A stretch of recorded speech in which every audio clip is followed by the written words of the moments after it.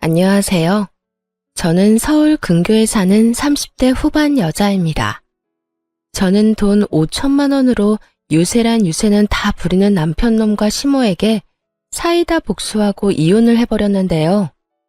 서론이 길어봤자 지루하시기만 하실 테니 다 생략하고 바로 시작해 보겠습니다. 재미있게 들어주세요. 남편과 저는 회사 생활을 하며 만난 커플이었어요. 같은 회사는 아니었고 같은 건물 안에서 일을 하고 있었는데 어느 날 남편이 커피를 자꾸 주더라고요.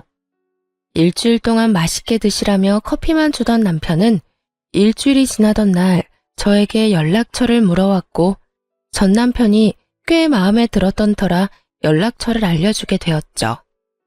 그렇게 밖에서 밥도 먹고 차도 마시는 등 데이트를 하다 연인 사이가 되었고 적당하게 연애를 하다 결혼까지 하게 되었습니다. 그저 행복하기만 했던 결혼 생활은 생각보다 짧았고 다른 환경에서 너무나도 다르게 살아왔던 저희는 다툼이 잦아졌어요. 여보, 밥 다 먹고 싱크대에 넣으라고 했잖아. 그냥 이렇게 두고 가면 누가 치워? 밥도 내가 차리고 설거지도 내가 하는데 당신 먹은 빈 그릇도 내가 치워야 해? 내가 당신 하녀야? 어떻게 이런 기본적인 것도 안 해? 진짜 깜빡했어. 치우면 되잖아. 그리고 좋은 말로 그릇 좀 치워. 이 한마디만 하면 안 돼? 입만 열었다 하면 애국가 1절부터 4절까지 할 태세로 잔소리를 해. 당신 때문에 내 귀가 멀게 생겼다고 하도 잔소리를 해대서. 잔소리가 듣기 싫으면 애초에 잔소리 들을 짓을 안 하면 되잖아. 나라고 잔소리하고 싶어서 하는 줄 알아?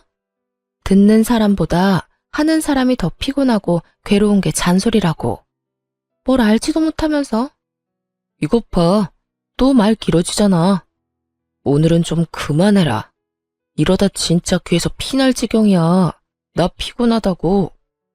이외에도 수도 없이 많은 부분이 부딪히기 시작했고 그 이유는 대부분 남편의 기본도 되지 않은 부분들이었어요. 양말 뒤집어 벗어놓기는 기본이었고 코앞에 빨래통을 두고도 옷을 벗는 족족 아무렇게나 벗어두기도 했어요. 또 쓰레기통에 음식물을 버리기도 했고 재활용통에 쓰레기를 버리기도 하더군요. 그럴 때마다 제가 무어라 하면 그 모든 말을 잔소리라고 하며 짜증만 내게 일쑤였고 다 알아서 한다며 회피형 대답만 하고선 정작 하지 않을 때가 더 많았죠. 피곤하다는 이유로 청소 한 번, 설거지 한 번을 하지 않는 남편을 보며 이러려고 결혼했나 회의감까지 들기 시작했어요. 가장 어이가 없고 화가 났던 것은 바로 집 유세를 부리는 것이었어요. 하물며 우리가 사는 집은 남편 혼자만의 힘으로 마련한 집도 아닌데 말이죠. 딱 5천만 원 더 낸 것으로 말끝마다 내 집 타령을 해대는 꼴이 참 기가 막히더군요. 역시 내 집이 최고야. 그렇지 않아? 아, 당신은 모르겠구나. 당신 명의로 된 집은 없으니까. 명의는 당신 명의라도 이 집 우리 반반 내서 마련한 거 잊었어? 왜 계속 그런 식으로 말해? 당신이 그러니까 나 기분 나쁘려고 해. 반반은 아니지. 우리 집 돈이 5천만 원 더 들어갔잖아. 조금이라도 더 많이 낸 사람 지분이 더 많은 게 당연한 거 아니야? 그러니 당연히 여긴 내 집이 맞잖아. 명의도 내 명의고 말이야. 그러니까 나한테 잘해. 자꾸 잔소리만 하면 집에서 쫓아내버린다. 잘났다 잘났어. 내가 말을 말지. 당신 편할 대로 생각해.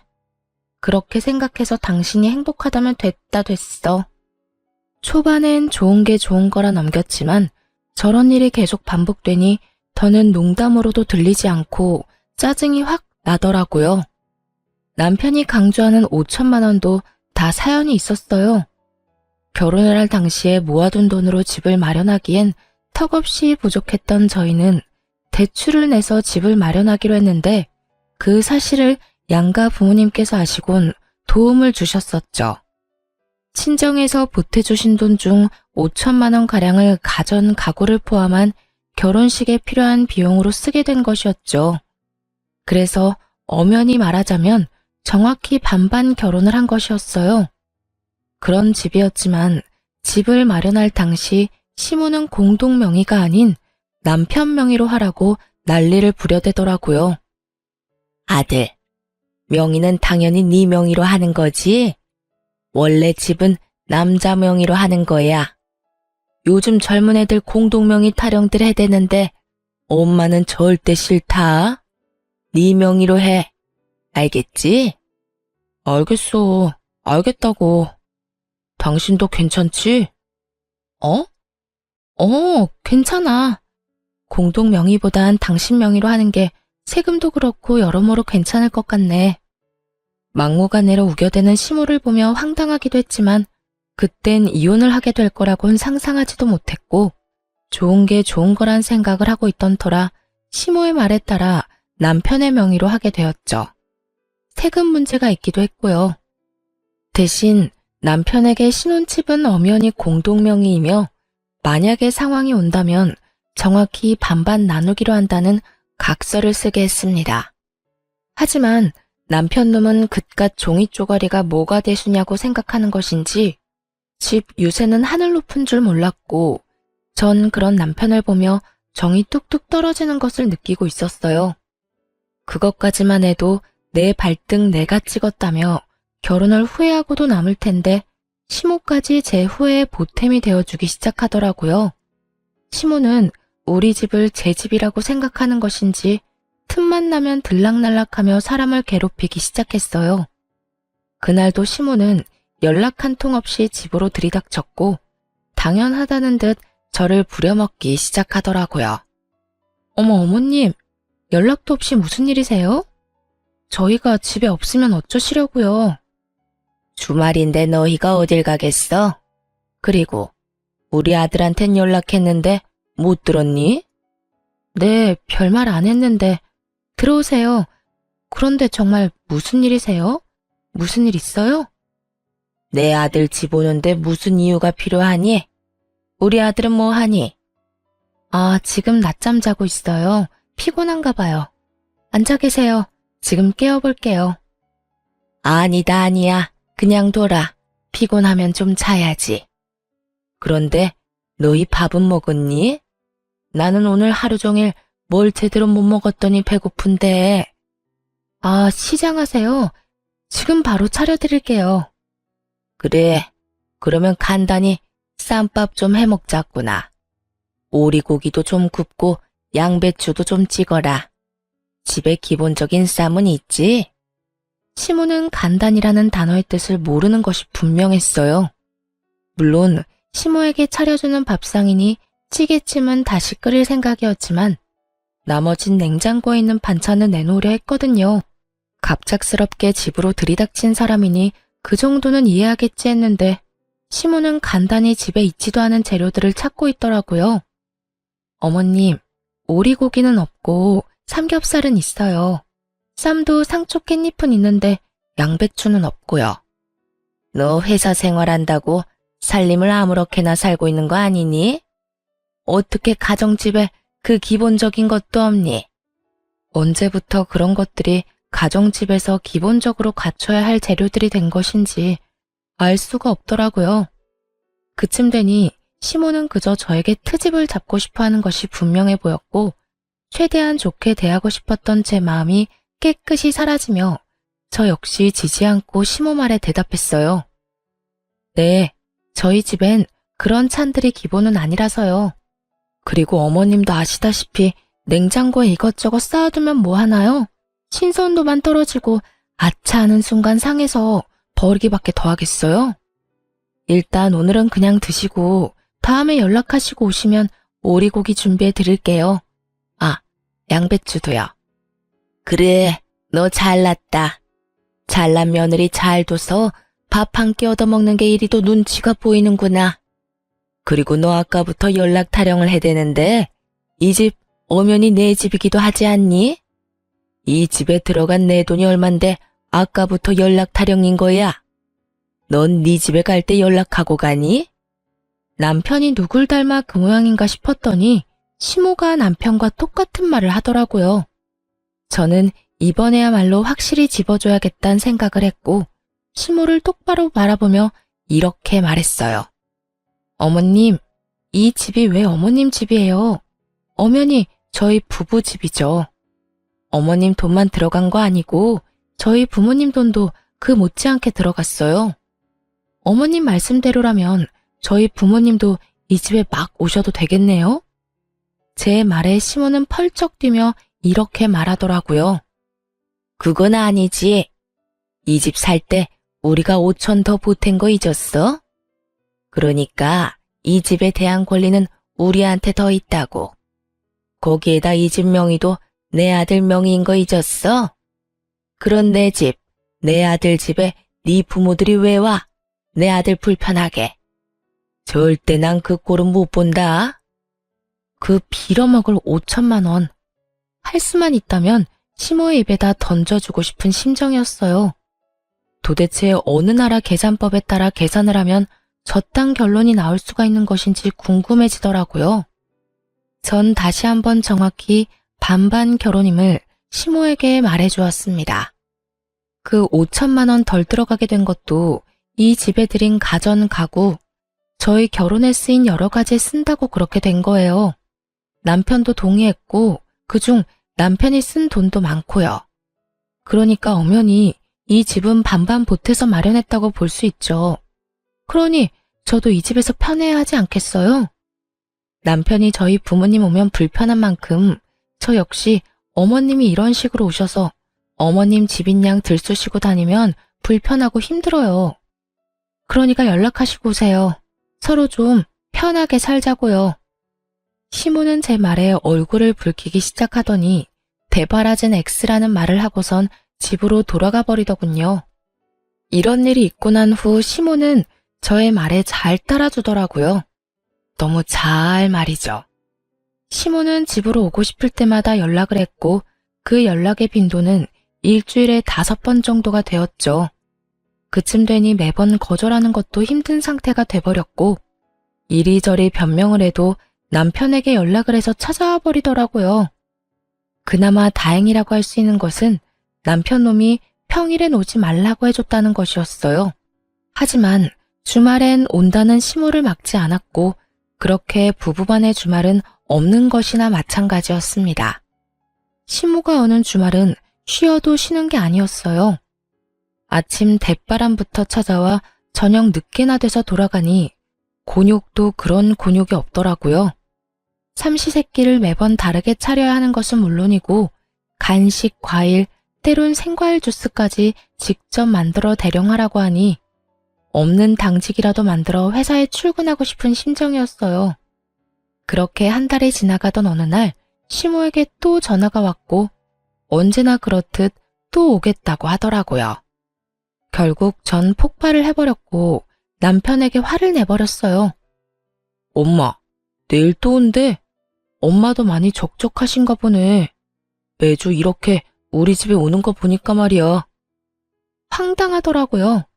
시모가 혼자 있는 것도 아니고 시부가 버젓이 살아계시는데 적적함이라는 단어가 왜 나오는지 이유를 알 수가 없더라고요.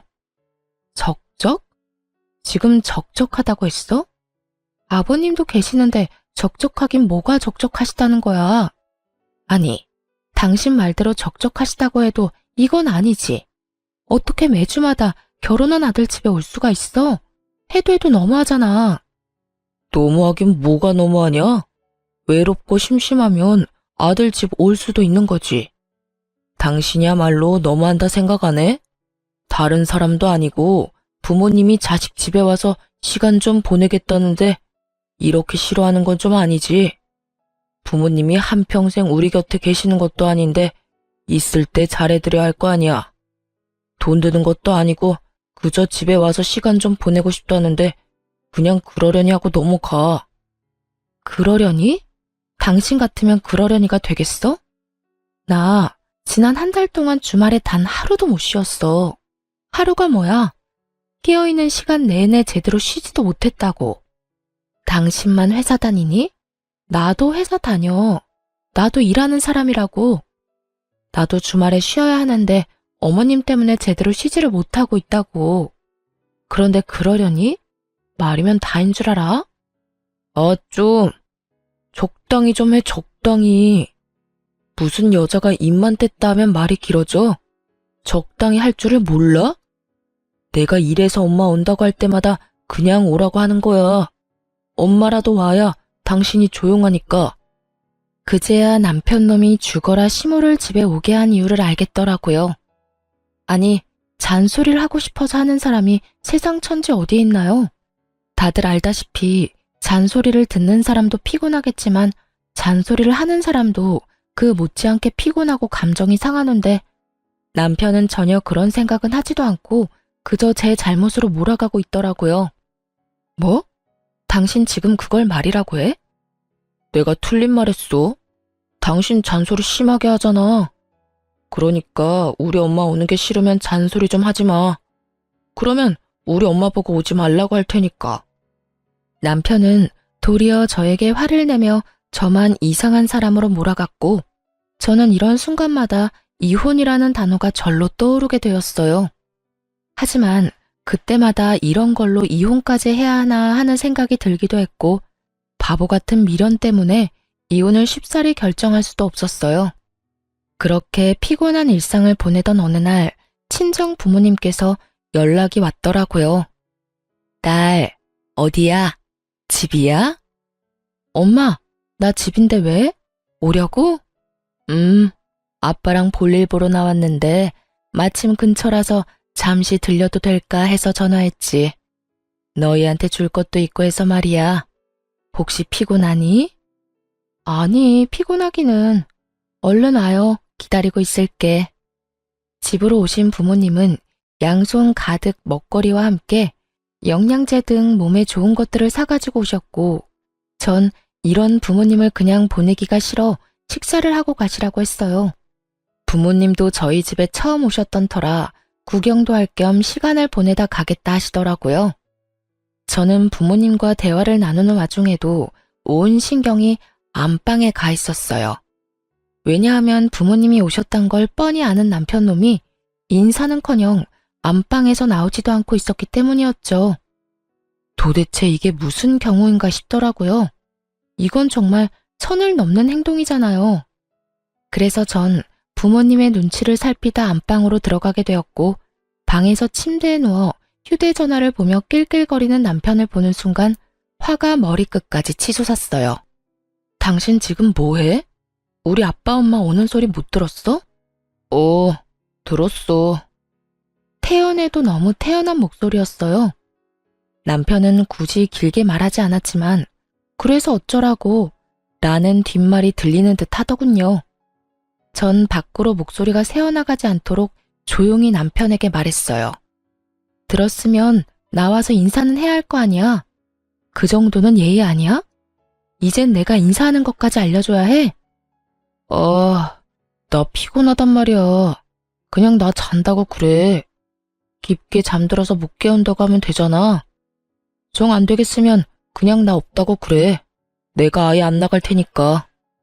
당신 지금 그걸 말이라고 해? 아무리 피곤해도 우리 아빠 엄마가 왔는데 인사도 안 할 수가 있어. 불편한 걸 어떻게 해? 나 불편한 거 싫단 말이야. 주말엔 마음 편히 쉬어야 평일에 또 열심히 일할 거 아니야. 근데 오셨으면 주실 것만 주시고 가면 되지. 식사는 또 왜 하고 가신다는 거야? 아니, 애초에 주말에 찾아오신 거부터 좀 아니지. 너 진짜 말 다 했어? 네 엄마가 주말마다 찾아와서 삼시세끼 다 먹고 가는 건 되고 우리 부모님은 아예 와서도 안 된다는 이 말이니? 딸이랑 아들이랑 같아? 딸은 시집가서 출가 외인 아니냐. 여전히 침대와 한몸이 되어 입만 살아 움직이는 남편을 보는데 머리털을 다 뽑아주고 싶었어요. 이기적인 논리로 개소리를 하는 남편에게 하고 싶은 말은 많았지만 이야기가 더 길어지면 밖에 계신 부모님이 눈치를 채실 것 같더라고요. 그래서 전 남편을 두고 방에서 나왔고 부모님께는 남편이 피곤하다며 대충 얼버무렸습니다. 남편이 많이 피곤한가 봐. 요즘 회사 일이 바빠서 오늘 아침까지 집에서 일하다가 좀 전에 잠들었거든. 그래서 그런지 깨워도 못 일어나네. 그냥 자게 두고 우리끼리 맛있는 거 먹자. 나중에 일어나면 전화하라고 할게. 아유, 전화도 됐어. 피곤하면 자야지. 밥이야 맨날 먹는 건데 뭘. 그냥 자게 두고 나중에 일어나고 큰 소리 내지 마. 엄마의 말을 듣는데 부모님께 더욱 죄송해지더라고요. 이때껏 제가 너무 바보처럼 참고 살아 남편이 우리 부모님까지 무시하나 하는 생각이 들기도 했고요. 그렇게 시작된 식사 자리, 마냥 좋을 순 없는 상황이었죠. 저는 저대로 웃고는 있는데 웃는 것이 아니었고 부모님은 부모님대로 눈치를 살피시느라 밥을 씹지도 않고 삼키고 계셨고요. 그렇게 눈코 뜰 새 없이 식사를 마친 부모님은 서둘러 돌아가 버리시고 저는 그간 참아왔던 분노가 터져버렸어요. 당신 진짜 해도 해도 너무한다. 우리 부모님을 무시해도 정도가 있지 어떻게 진짜 안 나와볼 수가 있어? 당신 이거밖에 안 되는 인간이었어? 내가 뭘 어쨌다고 그래. 내가 피곤하다고 안 나간다고 했잖아. 장인어른 장모님이 뭐라고 하신 것도 아니고 식사 잘하시고 가셨으면 된 거 아니야? 당신이 보기엔 잘 드시고 가신 것 같아? 국 반찬은 그대로 있고 밥만 드시더라. 그 밥도 제대로 씹지도 않고 삼키시고. 딸 집에 처음 왔는데 우리 아빠 엄마가 이딴 취급이나 받고 가셔야 했어? 어쨌든 밥은 다 드셨네. 아예 쫄쫄 굶고 간 것도 아니잖아.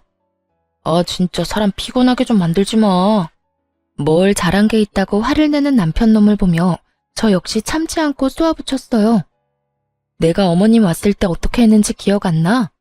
나도 피곤하고 힘든데도 삼시세끼 다 해드리고 간식에 과일까지 다 대접해드렸어. 내가 한 만큼 해달라는 것도 아니었잖아. 그냥 나와서 인사하고 밥 한 끼 같이 먹자는 건데 그것도 힘들어? 힘들어. 솔직히 말해서 나 당신 부모님들이랑 마주보고 밥 먹는 거 불편하고 힘들어서 너무 싫다고. 그리고 내가 우리 엄마 왔을 때 그렇게 해달라고 했냐? 당신이 착한 며느리병 걸려서 알아서 다 한 거 아니야? 혼자 미움받기 싫어서 다 해놓고선 이제 와서 왜 나한테 이래? 그렇게 싫었으면 당신도 나처럼 아예 방에서 안 나오면 되는 거잖아. 사랑하는 남자의 부모님이기에 잘 대접하고 싶었던 저의 마음을 착한 며느리병이라고 하더군요. 그런 남편의 비수꽂는 말을 듣는데 제 마음속 무언가가 와장창 깨지는 느낌이 들었어요. 착한 며느리병? 당신 정말 그렇게 생각하고 있었어? 와, 진짜 내가 기가 차서 말이 안 나온다. 난 있잖아. 착한 며느리병도 아니고 칭찬받고자 한 일도 아니었어. 난 그저 내가 사랑하는 남편의 부모님이니까 내가 힘들고 지쳐도 할 수 있는 것까진 최선을 다해 대접해드리고 싶어서 그랬던 거라고. 그러니까 누가 그렇게 하라고 했어? 앞으로 하지 말라고. 그렇게 힘들고 지치는데 왜 해? 당신 바보야? 바보? 그래, 당신 말이 다 맞네. 내가 바보였네. 알겠어. 그러면 앞으로 나도 당신처럼 어머님이 오든 말든 안방에서 안 나와도 상관없다 이거지? 알겠어. 당신 후회하지 마. 후회는 무슨? 당신이 어떻게 하든 후회 안 할 테니까 앞으로 당신도 내가 어떻게 하든 상관하지 마. 결국 남편은 잠자고 있던 제 코털을 건드렸고 정 결혼하고 처음으로 시모의 방문을 기다리게 되었습니다. 며칠 뒤 기다리고 기다리던 시모에게서 집으로 온다는 연락이 왔고 전 안방 열쇠와 먹거리를 챙겨 안방에 들어가 문을 잠가버렸어요. 네, 저는 남편이 권한 대로 그리고 남편이 제 부모님께 한 그대로 하기로 한 것이었죠. 여보, 엄마 왔어. 나와. 여보, 엄마 왔다니까.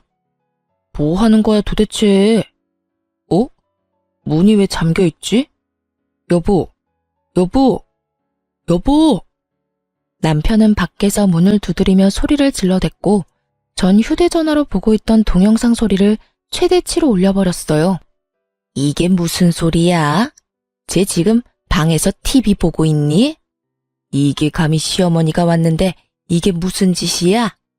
어디 버르장머리 없게 인사는커녕 얼굴도 안 내밀어. 저게 나를 무시해도 유분수지 이게 뭐 하는 짓이야? 시모는 노발대발하며 갖은 험한 말들을 쏟아내고 있었고 남편 역시 자기가 한 짓은 기억나지도 않는 것인지 지치지도 않고 문을 두드리더군요. 그렇게 1시간쯤 지났을까요? 시모가 이를 바득바득 깔며 이렇게 말했어요. 내가 가만히 있을 줄 알아? 두고 봐 너. 시모가 돌아가는 소리가 들리고 문을 열고 거실로 나갔더니 남편놈이 씩씩거리며 저를 쏘아보더라고요. 당신 미쳤어? 이게 뭐 한 짓이야? 뭐 하는 짓이긴 다 당신한테 배우고 당신이 시킨 대로 하는 짓이지. 뭐? 당신이 그랬잖아.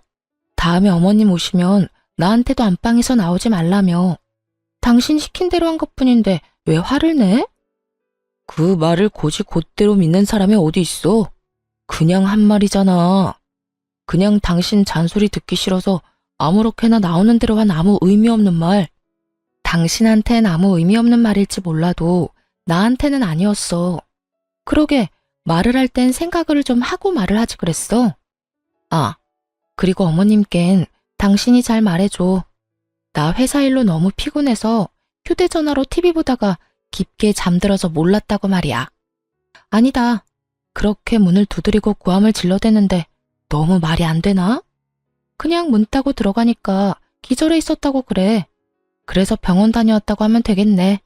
하여튼 좀 부탁할게. 남편은 자기가 한 짓이 그제야 생각나는지 아무 말도 하지 못하고 그저 저를 계속해서 쏘아보더라고요. 그렇게 쏘아보기만 하던 남편놈은 그나마 생각이란 건 있었는지 시모에게 연락을 해 제가 시킨 대로 알고 보니 제가 잠시 혼절해 병원에 다녀왔다고 거짓말을 했고 시모는 믿는 듯 넘어가더군요. 아무래도 아들이 그렇게 말을 하니 의심쩍긴 하지만 믿고 넘어가는 듯 했어요. 믿지 않았다면 진작 연락이 와 노발대발 화를 냈을 텐데 따로 연락이 오지 않을 뿐더러 찾아오지도 않았으니까요. 그렇게 남편과의 신경전이 계속되며 이혼이 가까워지던 어느 날 한동안 잠잠했던 시모에게서 연락이 왔더라고요. 예, 회사니? 네, 회사예요. 바쁠 테니 본론만 말아마. 집 비밀번호 뭐니? 네? 비밀번호요? 그건 왜요? 왜긴 왜야. 집에 들어가려고 그러지. 그러니까 주인도 없는 집에 왜 들어가시려고 하냐고요. 다름이 아니라 우리 장남이 이혼을 했다지 뭐냐. 아직 네 시아버지는 몰라서 잠시 거기서 지내야 하겠다. 산 넘어 산인 상황이었어요. 힘들게 시모를 못 오게 했더니 이젠 아예 시숙이 와서 살겠다고 하니 산 넘어 산이 아니겠어요? 가족끼리 어려우면 도울 수도 있다고들 하시는데 저 역시 그렇게 생각합니다. 그런데 저딴 시댁 식구를 가족이라고 할 수 있는 것인지 의문인 상황에서 시숙까지 데리고 살아야 한다는 건 말도 안 되는 소리일 뿐더러 절대 용납해서도 안 될 일이었죠. 아무리 상황이 그렇다고 해도 그건 아니죠. 제가 왜 아주버님까지 데리고 살아야 해요? 그것도 저희 집에서요.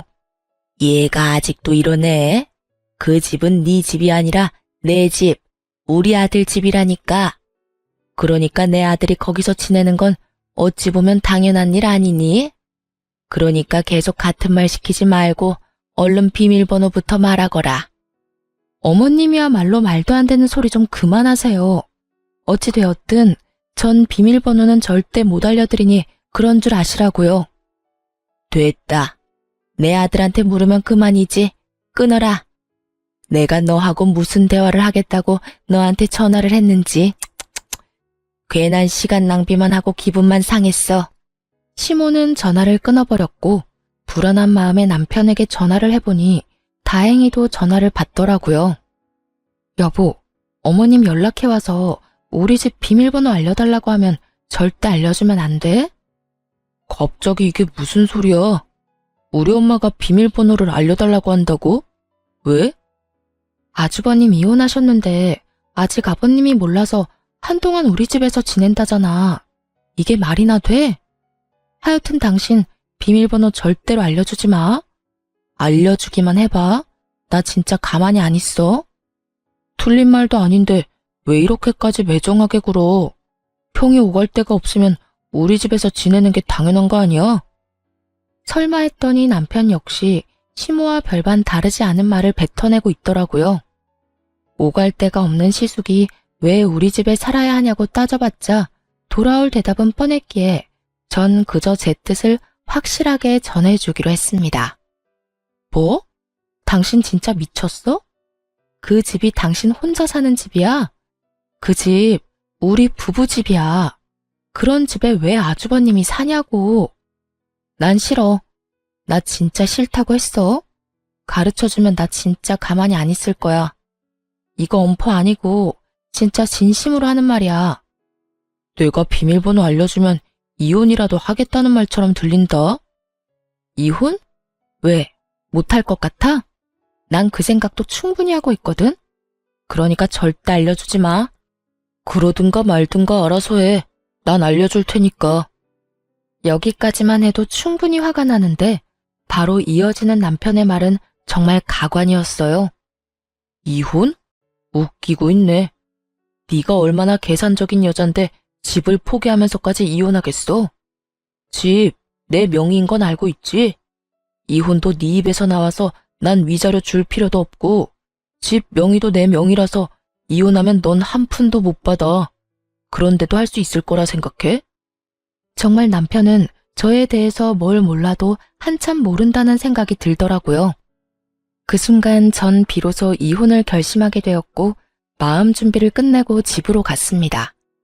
집에는 예상대로 남편 시숙 시모가 웃으며 TV를 보고 있었고 저를 본 시모는 숨쉬듯 자연스럽게 밥을 하라고 하더군요.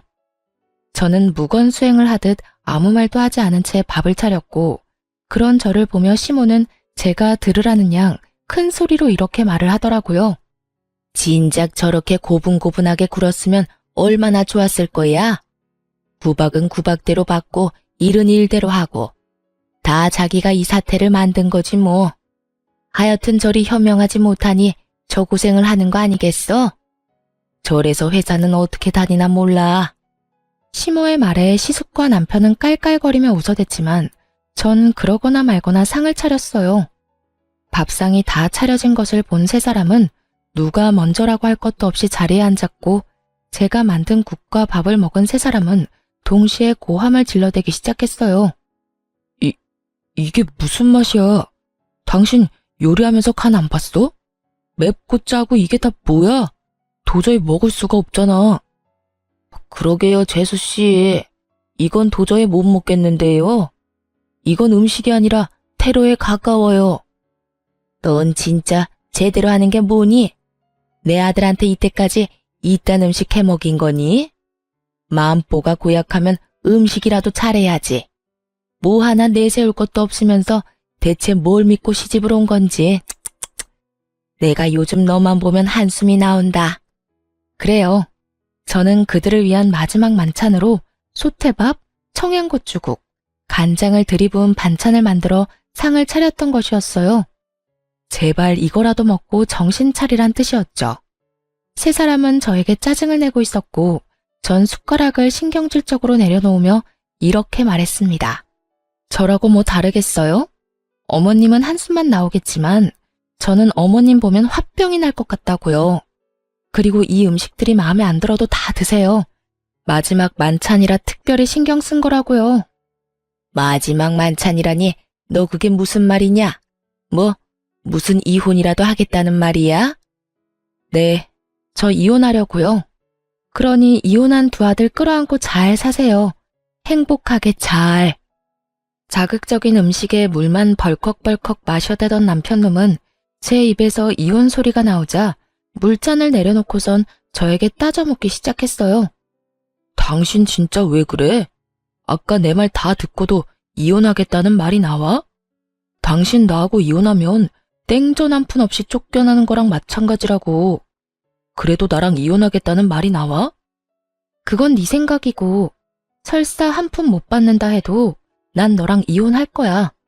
더는 너 같은 인간이랑 살고 싶지도 않아. 뭐?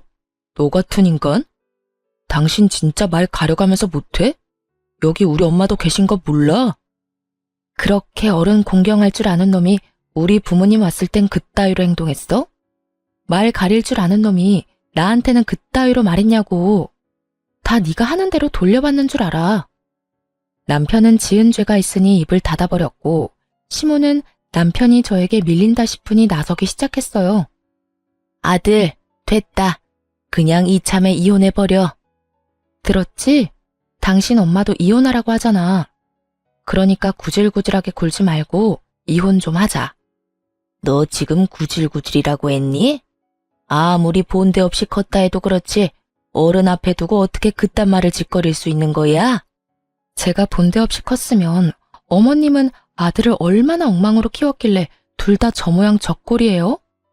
남의 집 귀한 자식 욕하기 전에 어머님 자식 교육이나 똑바로 시키세요. 이혼할 마당에 겁날 것이 없었던 저는 하고 싶은 말을 그냥 다 해버렸고 시모는 이런 저를 보며 화를 내려나 싶더니 이내 입을 다물곤 남편에게 이렇게 말하더군요. 얘 말하는 거 다 들었지 아들? 그냥 이혼해버려. 그렇지 않아도 저딴 며느리 갈아치우고 싶었는데 잘 됐어. 집도 네 명이겠다. 너한텐 이혼이 여러모로 이득이니 그냥 해버리고 좋은 여자 찾아서 재혼이나 하거라. 집이 있겠다, 능력이 있겠다. 우리 아들 처녀한테 장가갈 수 있을 것이야. 시모의 말에 남편 역시 그렇게 하는 게 좋겠다며 저에게 이혼을 하자고 했고 시숙은 동생이 이혼을 하든 말든 그저 쭉 살 곳이 생겼다며 기뻐하더라고요. 그래, 하자. 누가 이혼하자면 못할 줄 알아? 나도 당신 같은 여자한테 미련 없다 이거야. 불쌍해서 데리고 살아줬더니 고마운 줄도 모르고. 당장 이혼해, 당장. 그러면 나 이 집에서 쭉 살아도 되는 거야, 엄마? 아싸, 그렇지 않아도 어디 가서 살아야 하나 걱정이었는데. 그래, 우리 장남. 앞으로 그냥 여기서 살면 돼. 여기 네 동생 명의로 된 네 동생 집이야. 이혼해도 명의가 네 동생 거라 아무 상관없어. 그러니까 여기서 새 출발해. 이렇듯 파렴치하게도 기뻐하는 새 인간에게 그들에겐 잔인하지만 저에게는 즐거운 진실을 알려주고 싶었지만 우선 즐기게 두기로 했습니다. 일단 그들은 세 사람인 반면에 저는 혼자이기도 했고 희망과 꿈이 클수록 절망도 클 것이라 생각했기 때문이죠. 저는 짐을 싸 친정으로 갔고 친정에서 이혼을 진행하게 되었어요. 빨리 이혼하고 싶어 이혼 노래를 부르던 남편놈과 시댁것들은 이혼이 진행되면 될수록 얼굴이 사색이 되어가더군요. 그 이유는 자신들의 뜻대로 되는 것이 단 하나도 없었기 때문이었어요.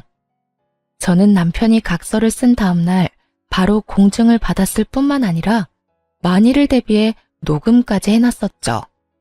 온전히 자신의 것이라고 믿어 의심치 않았던 남편 명의의 아파트는 각서 내용대로 정확히 반반으로 나누게 되었어요. 거기에다 시모가 저를 부려먹은 대화 역시 통화 녹음과 문자로 보관 중인 상태였죠. 그렇게 남편과 시모는 저에게 위자료까지 주게 되었습니다. 이혼이 마무리되던 날 전 남편 놈은 눈물까지 고인 눈으로 저를 노려보더라고요. 그러다 울겠다. 지금 안 울게 생겼어? 아파트에 위자료까지. 생각지도 못한 돈이 너한테 다 들어가게 생겼는데. 생각지도 못했다는 사실이 난 놀랍다 놀라워. 내가 보탠 돈이 있는데 그깟 명의 하나 때문에 다 네 몫이 될 거라 생각했어? 착각도 그 정도면 병이고 욕심이 과하면 탈이 나는 법이야. 그러니까 앞으론 그딴 심보 버리고 착하게 좀 살아라. 전 남편은 끝까지 저를 노려봤고 전 콧노래를 부르며 이혼을 할 수 있었습니다. 저의 복수는 이것이 끝이 아니었어요. 오히려 이제부터가 시작이었죠. 전 이혼을 진행하며 전 시부에게 전화를 걸어 전 시숙을 이혼 사실과 함께 전 남편과 이혼하게 된다는 사실 역시 알리며 이혼 사유에 대해 낱낱이 밝혀버렸어요. 시부는 머리 끝까지 화가 나 집을 살 때 보태주셨던 모든 돈과 지원을 끊어버림과 동시에 세 사람을 집에서 쫓아내버리고 전 시모와 이혼을 진행 중이라고 하더군요. 평소에도 전 시부는 전 시모가 아들들 사람에 지나치게 개입하며 며느리들을 괴롭히는 모습을 보며 하지 말라고 여러 번 경고했는데 전 시모는 그 말을 전혀 듣지 않았던 것이죠. 알고 보니 전 시숙 역시 전 시모의 개입 때문에 이혼을 하게 되었고, 저 역시 비슷한 이유로 이혼을 하게 되었으니 더는 그런 전 시모와 함께 살고 싶지도 살 이유도 없다고 하시더라고요. 전 시모가 이혼할 처지에 놓이자 전 남편이 급했는지 전화가 다 왔더라고요. 야, 너 진짜 미쳤어. 우리가 이혼했으면 끝난 거지. 왜 우리 아버지한테까지 전화해서 이 사달을 만들어? 지금 너 때문에 우리 엄마까지 이혼하게 생겼다고. 어떻게 책임질 거야? 그렇지 않아도 아버님께서 그러시더라. 집에서도 쫓겨났다며? 어떡하니? 셋 다 돈도 없을 텐데 집에서도 쫓겨났으니 이제 오갈 데 없는 거지꼴이겠네. 너 지금 말 다 했어? 왜? 내가 틀린 말 했어? 맞잖아. 오갈 데도 없는데 돈도 없으면 그게 거지지. 거지가 뭐 별건가? 나한테 이럴 시간에 저렴한 월세방이라도 찾아봐. 나이 지긋한 네 엄마하고 이혼한 네 형이랑 언제까지 밖에서 살 순 없을 거 아니야. 이게 다 누구 때문인데 네가 감히 그딴 말을 해. 네가 우리 아버지한테 다 이르지만 않았어도 우리 신세가 이렇게까지 처량해질 일도 없었거든. 야, 입은 삐뚤어졌어도 말은 좀 바로 하자. 일이 이렇게 된 건 너랑 네 엄마 때문이야. 네 형도 한몫하기도 했고. 잘못은 너랑 네 가족이 다 해놓고 왜 애먼 사람 잡고 난리야?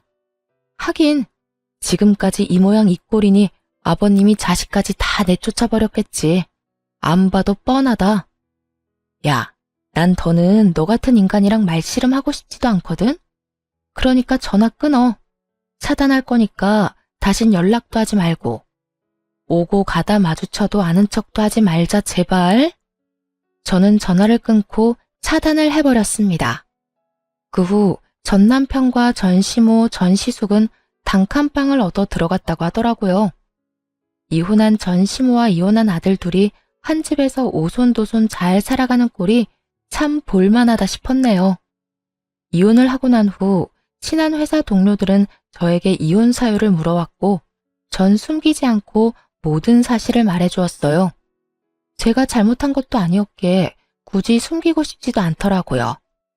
소문은 빠르게 퍼져나갔고 결국 사람들의 손가락질을 버티지 못한 전 남편은 사표를 쓰고 회사를 그만두게 되었다는 이야기가 들려왔어요.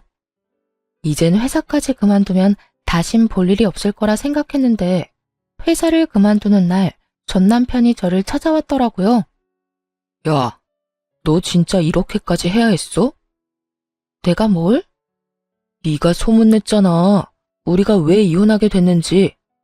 아름다운 이별 몰라? 끝까지 이렇게 더럽고 치사하게 굴어야겠어? 아름다운 이별 같은 소리 한다. 너는 아름다운 이별을 하고 싶어서 아파트 혼자 다 가지려고 했어? 그것도 너 혼자 산 집도 아니고 반반 보태서 마련한 집을? 양심이 없어도 적당히 없어야지. 다 네가 지은 죄값, 네가 다 받는 거라고 생각해. 그리고 소문 중에 틀린 말도 없었잖아. 안 그래? 틀린 말은 없었어도 그렇게까지 다 말할 필요는 없었잖아. 그냥 성격 차이라고 해줄 순 없었어? 그래도 우리가 살았던 정이 있는 건데 이렇게까지 나를 끝까지 몰고 가야만 했었냐고. 난 그저 묻길래 있는 사실 그대로 말해준 것뿐이야. 그리고 소문이 어떻듯 당신 당당했잖아. 당신은 이혼하는 그 순간까지 나한테 잘못한 거 없다고 했던 사람이야. 그런 사람이 이제 와서 사람들이 욕하고 손가락질하니까 부끄럽긴 한가 보다. 잘못된 행동이란 걸 느끼기는 하는가 봐. 아니거든. 난 여전히 내가 잘못했다고 안 생각하거든. 그래?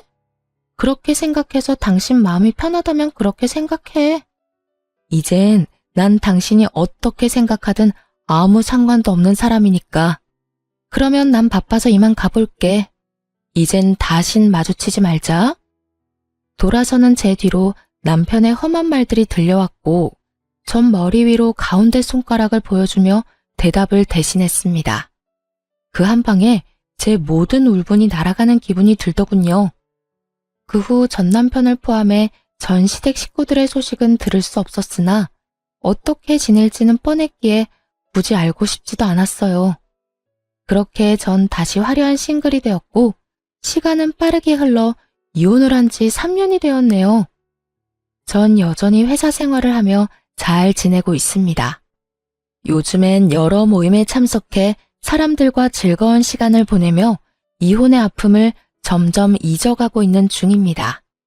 남편에 대한 미련은 없다고 하나 이혼을 마음먹게 되었던 과정부터 이혼을 하게 되는 과정까지 너무 힘든 일의 연속이었기에 처음엔 참 많이 힘이 들더라고요.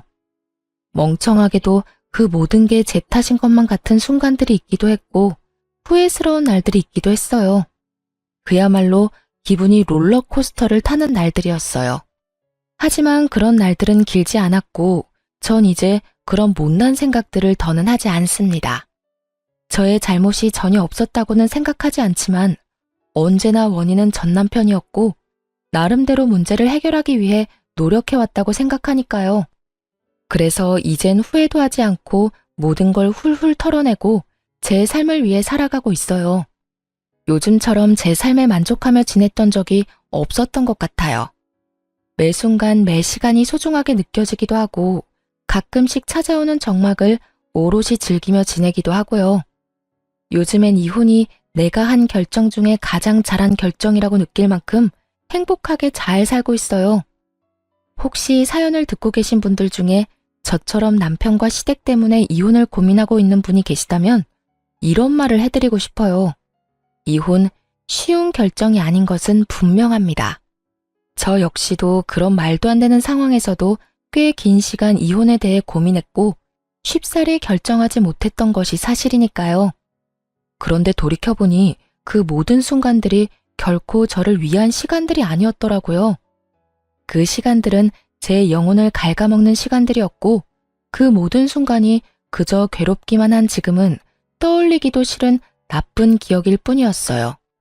그러니 여러분, 자신을 괴롭히지 말고 현명한 선택, 옳은 선택할 수 있길 제가 응원하겠습니다. 여러분도 제 행복을 위해 응원해 주실 거죠? 저는 이만 물러가 보겠습니다. 긴 시간 들어주셔서 감사합니다.